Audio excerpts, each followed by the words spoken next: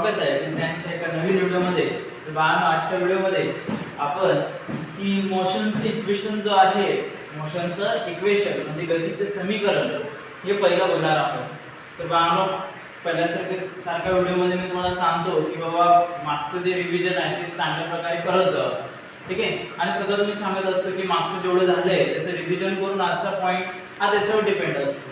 म्हणजे विज्ञानचे कॉन्सेप्ट असे असतात की बाबा काल जे शिकवलंय त्याच्यावरचे कॉन्सेप्ट पुढच्या याच्यावर विचारलेले असतात, म्हणून आपल्याला हे काळजीपूर्वक पाळून काय करायचं आहे, लक्ष द्यायचं आहे। तर मी तुम्हाला सांगत होतो की बाबा कालच्या व्हिडिओमध्ये आपण न्यूटनची 3 समीकरण पाहिले, म्हणजे Newton's 3 law related to motion, म्हणजे गतीच्या संबंधित न्यूटनचे 3 नियम जे काल आपण बघितले त्याच्यामध्ये असं बघितलं की न्यूटनने काय केलं, Newton study the motion of object. कारण न्यूटनने काय केलं की वस्तूच्या गतीचा अभ्यास केला, वस्तूच्या गतीचा अभ्यास केला आणि अभ्यास केल्यावर त्याने काय केलं की त्या वस्तूची, त्या ऑब्जेक्टची जी मोशन आहे त्याच्या रिलेटिव्ह काही गोष्टी होत्या, काही पॉइंट्स होत्या। ते पॉइंट्स काय होत्या, डिस्प्लेसमेंट होतं, काय होतं, डिस्प्लेसमेंट होतं, त्यानंतर वेलोसिटी होतं, त्यानंतर डिस्प्लेसमेंट, डिस्टन्स, वेलोसिटी, टाइम या ॲक्सेलरेशन या सगळ्या गोष्टींचा त्याने विचार केला। म्हणजे 4 बाबींचा विचार केला की डिस्प्लेसमेंट, ॲक्सेलरेशन, वेलोसिटी आणि टाइम। म्हटल्यावर एखाद्या ऑब्जेक्टला मोशन मिळत असताना या गोष्टी पाहिल्या जातात आणि याचा अभ्यास करून त्याने 3 इक्वेशन म्हणजे 3 लॉज मांडले related to motion of the object, म्हणजे गतीविषयक 3 नियम मांडले वस्तूच्या। आता ते कोणते होते ते कालच्या व्हिडिओमध्ये आपण बघितलं होतं की बाबा 3 नियम जे आपण बघितलं, तर v बरोबर u प्लस at, v बरोबर u प्लस at। दुसऱ्यामध्ये होतं s बरोबर ut प्लस 1/2 at चा वर्ग, आणि तिसरा होता v चा वर्ग बरोबर u चा वर्ग बरोबर 2as, v चा वर्ग बरोबर u चा वर्ग 2as। आता तुम्हाला मी मागच्या व्हिडिओमध्ये पण समजावून सांगितलं होतं की हे काय आहे, बरोबर। आता v म्हणजे काय बाबा, मी पहिला रिवाइज करतो कारण ह्याच्यावरच आताचा हा कॉन्सेप्ट आहे। v बरोबर, v म्हणजे काय, अंतिम वेग, u म्हणजे सुरुवातीचा वेग, प्लस a म्हणजे काय, ॲक्सेलरेशन, आणि t म्हणजेच टाइम, t म्हणजेच टाइम। म्हणजे अंतिम वेग जर तुम्हाला काढायचा असेल तर सुरुवातीचा वेग माहिती असणं गरजेचं आहे, ॲक्सेलरेशन त्वरण माहिती असणं गरजेचं आहे, आणि त्यावेळेचं t म्हणजे टाइम। काल म्हटल्यावर पहिला जो समीकरण होता, पहिला जो इक्वेशन होता तो कशा रिलेटेड होता, velocity was time, velocity was time. कालच्या व्हिडिओमध्ये आपण बघितलं होतं। पहिला हा नियम हा पहिला आहे, ठीक आहे। या पहिल्या नियमावरच आजचा आपला व्हिडिओ आपण बोलणार आहोत, ठीक आहे। तर दुसरा पण सांगतो s बरोबर ut। आता s म्हणजे काय, डिस्प्लेसमेंट, s म्हणजेच काय, डिस्प्लेसमेंट, u म्हणजे काय, सुरुवातीचा वेग, आणि t म्हणजे त्यावेळेचा टाइमिंग, सुरुवातीचा वेग त्यावेळेचा टाइमिंग। त्यानंतर काय होईल की थोडा अर्धा बदल होईल ॲक्सेलरेशन मध्ये, आणि टाइमिंग कसं लागेल पुढे जाऊन डबल, म्हणजे स्क्वेअर, टाइमिंग कसं लागेल स्क्वेअर मध्ये, ठीक आहे। म्हटल्यावर हा कशाशी रिलेटेड आहे, s to t म्हणजेच काय, s म्हणजे विस्थापन म्हणजे डिस्प्लेसमेंट आणि टाइम। आता दुसरा कशाशी रिलेटिव्ह आहे, डिस्प्लेसमेंट आणि टाइमशी। आता तिसरा v चा वर्ग, v म्हणजे काय, अंतिम वेग, अंतिम वेग डबल कधी असणार, जेव्हा सुरुवातीचा वेग डबल असणार, म्हणजे u चा वर्ग असेल। मग सुरुवातीचा वेग डबल असेल तर त्वरणामध्ये बदल केला कसा असणार, तो पण डबल असणार, म्हणजे पुढे 2 आहे, आणि विस्थापन पण कसं होईल, डबल होईल। म्हणजेच काय, लास्टचा जो इक्वेशन आहे तो कशाशी रिलेटेड आहे, वेलोसिटी आणि डिस्प्लेसमेंट, म्हणजे v आणि s। काल तर याच्या पहिल्या इक्वेशन बद्दल आपण समजावून घेणार आहोत, ते कसं आलं, या कसं सांगितलं की बाबा असं होतं, या असं तयार झालं। तर आज बघणार आहोत आपण इक्वेशन ऑफ मोशन, काय बघणार आहोत, इक्वेशन ऑफ मोशन। आता बघा याच्यामध्ये त्यांनी काय सांगितलं आहे, relation between velocity and time. तर कालच्यामध्ये बघितलं आपण relation between velocity and time, म्हटल्यावर आपल्याला काय करायचं, सिद्ध करायचं आहे। काय सिद्ध करायचं आहे, v u प्लस at, हे सिद्ध करायचं। म्हटल्यावर सिद्ध काय करायचं आपल्याला की वेलोसिटी आणि टायमिंग यांचं रिलेशन सिद्ध करायचं। वेलोसिटी आणि टायमिंगचं काय करायचं, रिलेशन प्रूव्ह करायचं आहे किंवा सिद्ध करायचं आहे, म्हणून आपण बघ सांगितलं इथं relation between velocity and time, relation between velocity and time. ठीक आहे. आता बघूया की पहिला मुद्दा मी इथं आता पहिला आकृतीकडे जाऊया, डायग्राम कडे. ही डायग्राम तुमच्या पुस्तकामध्ये 1.9 ही डायग्राम दिलेली आहे. आता या डायग्राम मध्ये बघा काय सांगितलं. आता याच्यामध्ये OE काय आहे, टाइम आहे. OE काय आहे, time.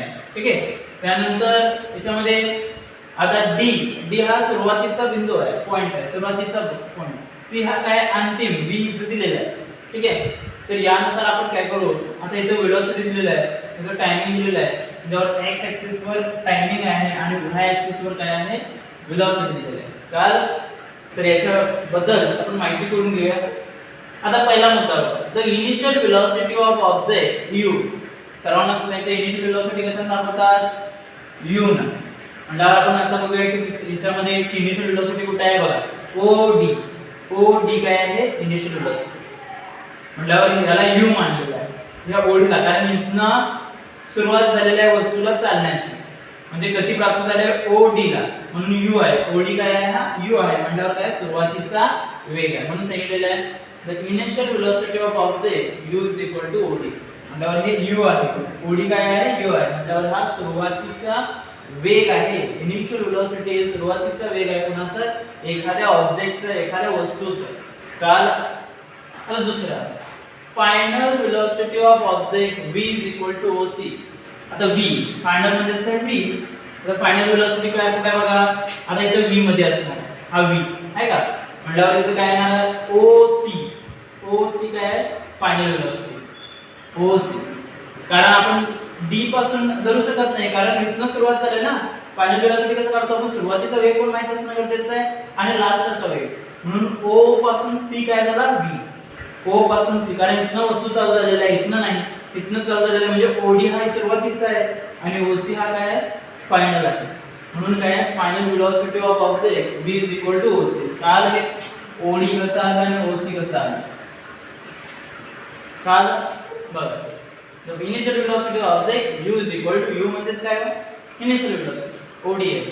Final velocity of object v म्हणजेच काय, फायनल वेलोसिटी, ती काय आहे, OC आहे. आता पुढे टाइम t. आता टाइम t बद्दल काय सांगितलं बघा, OE खाली दिसतो तुम्हाला टाइम. O आणि E हा काय दर्शवतात बाळांनो, टाइम दर्शवतात.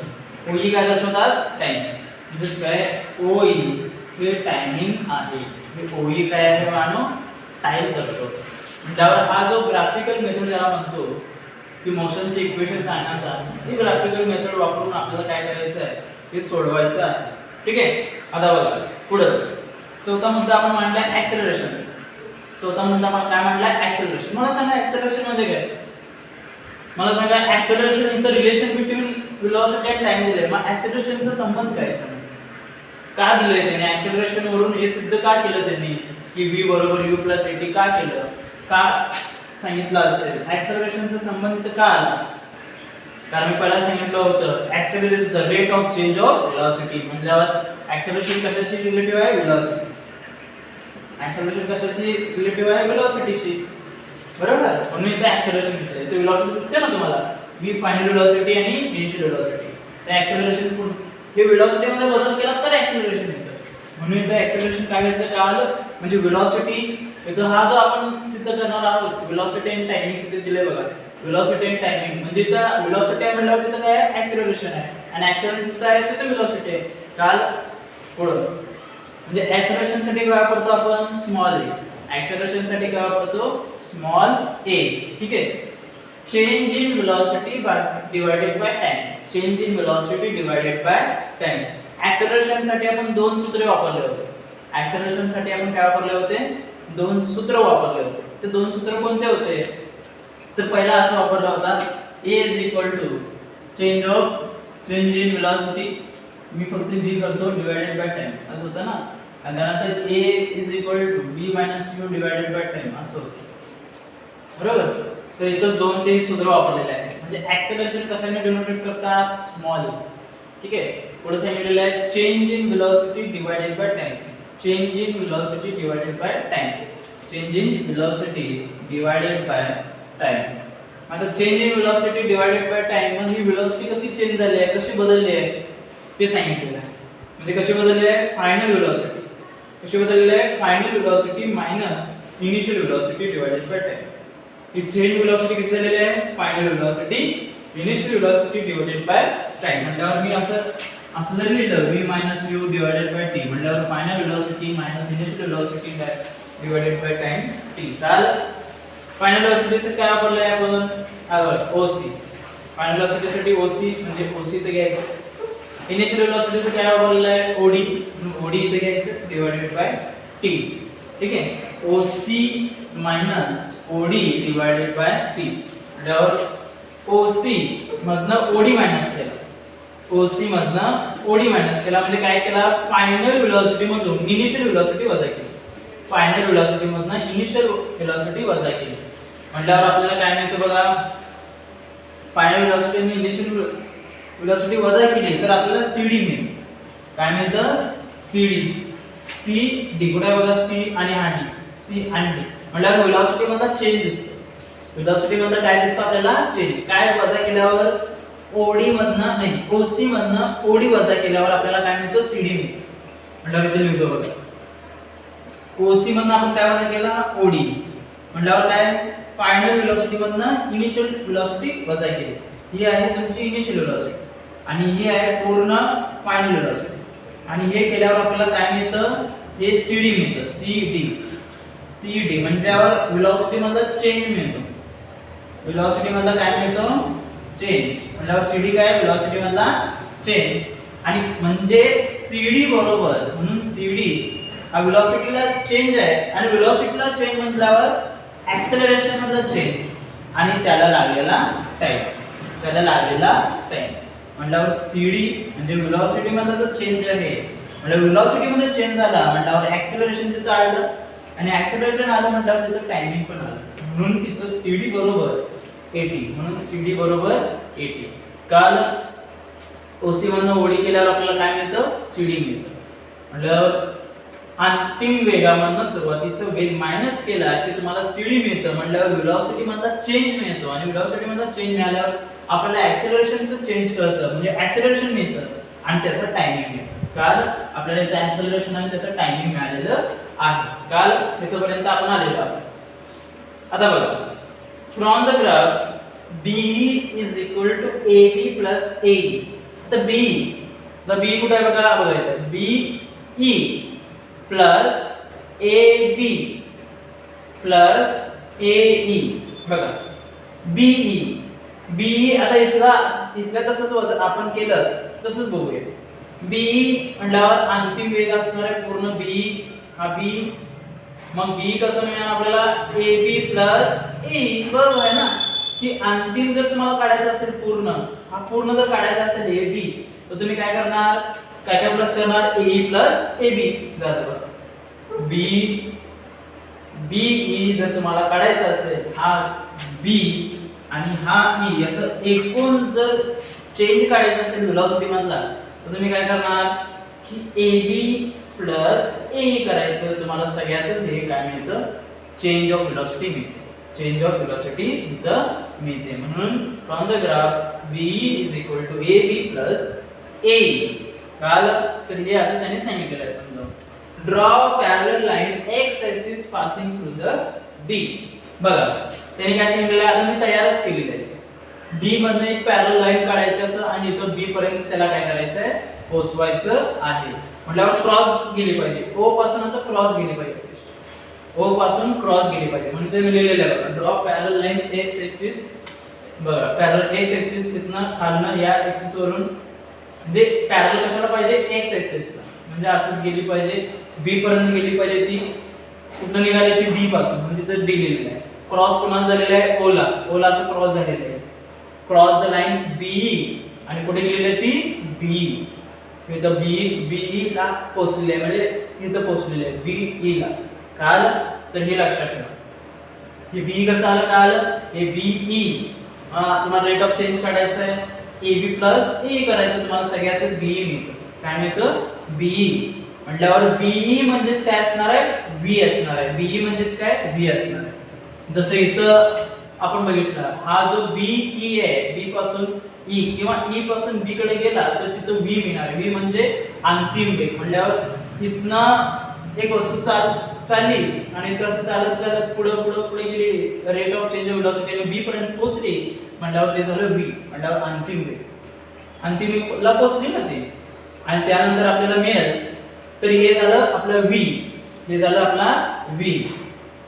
आता बघा ए बी च्या पॅरलल इथं काय आहे, CD. AB च्या पॅरलल काय आहे, CD. AB च्या पॅरलल काय आहे, CD. आणि त्यानंतर OD कुठे आहे, हा OD. आणि त्याच्या पॅरलल काय आहे, AE. बघा समांतर इथे घेतलेले आहे, त्यांनी पॅरलल बाजू घेतलेली आहे. आता B काय आहे, हा इथं बघायचं, B आणि E हा अंतिम वेग असणार आहे V आपला, बरोबर. त्यानंतर AB काय आहे, हा A आणि B, हे आहे B, हे काय आहे. आता AB म्हणजेच काय, हे AB आहे, इथं काय असणार आहे, CD. AB काय असणार, इथं काय असणार, CD. AB CD, okay. आणि त्यानंतर AE हा AE, तर इथं काय असणार आहे, OD. AE OD, AB CD AE OD. कळलं? अशा प्रकारे आपल्याला त्याची काय करायचं, पॅरलल बाजू बघायचे. आणि ते बघल्यावर आपल्याला असं लक्षात येईल की V तरी आपल्याला मिळाल्याचा आहे, हा V आहे, BE हा V आहे, हा BE जो आहे तो काय आहे, V आहे. आणि AB आपण बाजू बघितली, AB हा CD शी आणि AE हा OD शी काय आहे, पॅरलल आहे. म्हणल्यावर CD हा जो CD आहे, हा CD हा काय असणार आहे, A असणार आहे, हा AT असणार आहे. आणि प्लस OD काय आहे, OD हा सुरुवातीचा वेग होता म्हणून U, सुरुवातीचा वेग होता म्हणून U. आता बघा याच्यामध्ये V फायनल व्हेलॉसिटी दिलेला आहे, त्याच्यानंतर AT म्हणजेच काय, ऍक्सेलरेशन विथ टाइम. म्हणजे ऍक्सेलरेशन इथं झालेलं आहे, CD ला काय झालेलं आहे, ऍक्सेलरेशन. म्हणल्यावर OD पासून एक वस्तू चालू झाली, आपला रेट चेंज करत जात आहे, चेंजेस करत आहे व्हेलॉसिटी मध्ये, पण सडनली त्याने काय केलं, इथून चेंज करायला सुरुवात केली. आणि सुरुवात केल्यावर त्याच्यात काय झालं, ऍक्सेलरेशन मध्ये बदल घडलं, आणि हे झालं ऍक्सेलरेशन इन टाइम t. आणि u काय आहे, सुरुवातीचा वेग. u काय आहे, सुरुवातीचा वेग. म्हणून जर हे उलट केलं तर तुम्हाला मिळेल v आहे तसं u प्लस at, v आहे तसं u प्लस at. तर हे तुम्हाला काय मिळालं, initial final velocity is equal to initial velocity plus acceleration time t. तर हा आपला आता इथं प्रूफ झालेला आहे. तर आपल्याला लास्टला v म्हणजेच काय, final velocity is equal to u means initial velocity plus acceleration time t. म्हणजे ऍक्सेलरेशन म्हणजे एकूण वेग वाढला कुठं, इथं वाढला म्हणून ऍक्सेलरेशन टाइम t. म्हटल्यावर त्याने रेट चेंज केलं, वेगामध्ये बदल दाखवला, त्या टायमिंगला, त्या वेळेला. कळालं, हे लक्षात ठेवा. आता बघा पुन्हा एकदा समजावून, तर हे समजून घ्या, काळजी लक्ष द्या की रिलेशन बिटवीन व्हेलॉसिटी आणि टाइमचं बघितलं आपण. ठीक आहे, आपल्याला व्हेलॉसिटी आणि टायमिंगचं रिलेशन बघायचं आहे. इथे v काय, v फायनल व्हेलॉसिटी, u काय इनिशियल व्हेलॉसिटी, a काय ऍक्सेलरेशन आणि t काय टायमिंग. आपलं रिलेशन कशाचं बघायचं आहे, व्हेलॉसिटी आणि टायमिंगचं. आता बघा पहिलं सांगितलं आहे ते initial velocity of the object, initial velocity u, initial velocity of object कशाने दाखवतात, u. तर इथं कुठे आहे ती OD, पुस्तकात तुम्ही बघू शकता OD, हे आहे u. ठीक आहे. त्यानंतर final velocity of the object v म्हटल्यावर OC, हे आहे v आणि हा आहे OC. इथनं OC कारण हे फायनल व्हेलॉसिटी, हे सगळं घ्यावं लागतं. v टायमिंग t दिलेलं आहे, OE हे टाइम t, OE हे काय आहे, टाइम t ला आहे. म्हणून आपल्याला रिलेशन व्हेलॉसिटीचं काढायचं आहे. व्हेलॉसिटीचं काढत असताना आपल्याला ऍक्सेलरेशन विचारात घ्यावं लागतं. म्हणजे ऍक्सेलरेशन हा व्हेलॉसिटी आहे आणि व्हेलॉसिटी ऍक्सेलरेशन असतं. मग ऍक्सेलरेशनसाठी काय वापरतो, a वापरतो. Change in velocity in time t म्हणजे व्हेलॉसिटी मध्ये बदल त्याला लागलेला वेळ. Final velocity minus initial velocity divided by time करायचं. कळलं? फायनल व्हेलॉसिटी काय वापरतात, v, initial velocity u divided by t. ठीक आहे. फायनल व्हेलॉसिटी काय वापरलेला आहे, OC, इनिशियल व्हेलॉसिटी काय वापरलेला आहे, OD आणि टाइम t. OC मधनं जर OD मायनस केला तर बघायचं, OC मधनं OD जर मायनस केला तर तुम्हाला CD मिळेल. आणि CDच काय असतो, AT असतो. AT म्हणजेच काय, तिथं ऍक्सेलरेशन मध्ये बदल झाला, म्हणजे व्हेलॉसिटीच्या रेट मध्ये बदल झाला म्हणून तिथं AT घ्यायचं. ऍक्सेलरेशन मधला बदल इथं दिसतो आपल्याला. ठीक आहे. तर नंतर आपण असं बघूया की BE is equal to AB plus AE. आता ही बाजू झाली, ही बाजूसाठी ही बाजू दाखवली आहे बघा. BE BE मध्ये AB आणि AE म्हटल्यावर BE जर तुम्हाला पाहिजे असेल वेलोसिटी, जशी ह्या बाजूचं काढलं तसं ह्या बाजूचं काढायचं. जसं BE पूर्ण काढायचं असेल तर तुम्ही काय करणार, AB प्लस AE करायचं. AB plus AE. मग सांगितलं D मधनं क्रॉस लाईन काढायचं आहे x एक्सिसच्या पॅरलल. ठीक आहे. त्यानंतर काय केलं, BE म्हणजेच काय, फायनल वेलोसिटी असणार आहे. ही BE कारण इथनं निघून ही वस्तू इथं पोहोचलेली आहे म्हणजे फायनल वेलोसिटी आपल्याला मिळाली, म्हणून BE ला B दाखवतो. AB हा AB इथं काय आहे, CD. AB इथं असणार आहे CD. हा दिसतो का, CD AB CD. त्यानंतर AE, A ला काय बनणार, OD, AE ला OD. ठीक आहे. अशा प्रकारे म्हटल्यावर CD काय असणार आहे, ऍक्सेलरेशन टाइम. बघा CD बरोबर AT दाखवलं काय, CD काय आहे, ऍक्सेलरेशन मधला बदल, म्हणून CD साठी डायरेक्ट काय वापरायचं, AT. आणि OD चा U आहे तसं आणि आपल्याला B आहे तसं वापरणार आहे. पण आपला इक्वेशन कसं आहे, U प्लस AT आहे. तर इथं AT प्लस U झालेलं आहे, पण U प्लस AT करायचं. तुम्हाला फर्स्ट इक्वेशन असा मिळतो. ठीक आहे.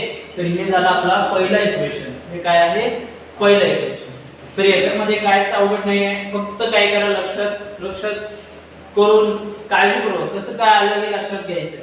आता तुम्हाला प्रश्न पडला CD पासून AT कसा आला, ते इथे दिलेलं आहे. कारण CD बरोबर AT मानलेलं आहे म्हणून CD ला इथे डायरेक्ट AT जातं. कळलं? तर हे लक्षात करून घ्या. आता इथं तुम्हाला काय अवघड जर वाटत असेल तर तुम्ही मला विचारा.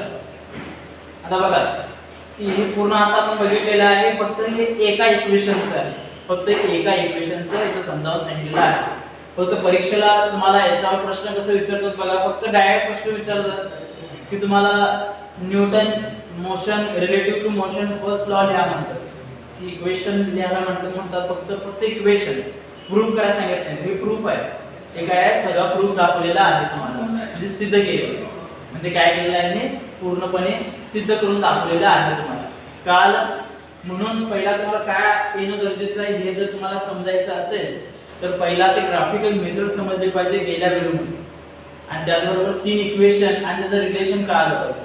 3 इक्वेशन आणि त्याचं रिलेशन मी तुम्हाला सांगितलं होतं. 3 equation V is equal to U plus AT. Relation काय, वेलोसिटीचं आणि टायमिंगचं. त्यानंतर S बरोबर UT प्लस 1/2 AT चा वर्ग. म्हटल्यावर कशाचं रिलेशन आहे, डिस्प्लेसमेंट आणि टायमिंगचं. त्यानंतर लास्टला V चा वर्ग बरोबर U चा वर्ग प्लस 2AS. हा रिलेशन कशाचा आहे, वेलोसिटी आणि डिस्प्लेसमेंटचा. हे तुम्हाला न फक्त सांगता आलं पाहिजे, मगच तुम्हाला हे पुढचं येतं. आणि यासाठी तुम्हाला जास्तीत जास्त कशावर भर द्यायचा आहे, ही आकृती, ही डायग्रामवर. ही डायग्राम काय आली तर पहिला या बाजूचा आपण विचार केला, त्या बाजूने समीकरण सोडवलं. त्यानंतर या बाजूचा विचार केला, त्याने समीकरण सोडवलं. आणि आपल्याला कळालं की बाबा ही जशी बाजू आहे तशी हीच बाजू आहे. आणि आपल्याला त्याचं काय कळालेलं आहे, सुरुवातीला त्या वस्तूचं कसला मोशन आहे, हा युनिफॉर्म ऍक्सिलरेटेड मोशन. युनिफॉर्म ऍक्सिलरेटेड मोशन आहे, हा नॉन युनिफॉर्म नाही. हा कसला आहे, युनिफॉर्म ऍक्सिलरेटेड मोशन. हे D पासून तयार झालेले आहे आणि असं करून B पर्यंत ती पोहोचलेली आहे. तर हे त्याच्यामध्ये लक्षात करून घ्या. आता त्याच्यानंतर ऍक्सिलरेशन तुम्हाला पहिला सांगितलेलं आहे. इनिशियल वेलोसिटी काय असतं, फायनल वेलोसिटी काय असते हे मी पहिला समजावून सांगितलेलं आहे. ठीक आहे. तर हे समजावून घ्या. आता याच्यामध्ये 3 इक्वेशन आहे, हे 3 इक्वेशन आहेत. हे 3 इक्वेशन तुम्हाला 2 पार्ट असणं गरजेचं आहे. हे इक्वेशन काय पाहिजे, 2 पार्ट असणं गरजेचं आहे. आणि त्याचबरोबर याचं रिलेशन, इक्वेशन आणि त्याचे रिलेशन 2 पार्ट करायचे आहेत. आणि त्याचबरोबर हे आज समजावून घ्या. आणि काय प्रॉब्लेम असेल तर मला विचारा. म्हणून मी सारखं सांगतो की मागचे कॉन्सेप्ट क्लिअर करा, कारण मागचे कॉन्सेप्टवर विज्ञानाचे पुढचे कॉन्सेप्ट अवलंबून असतात.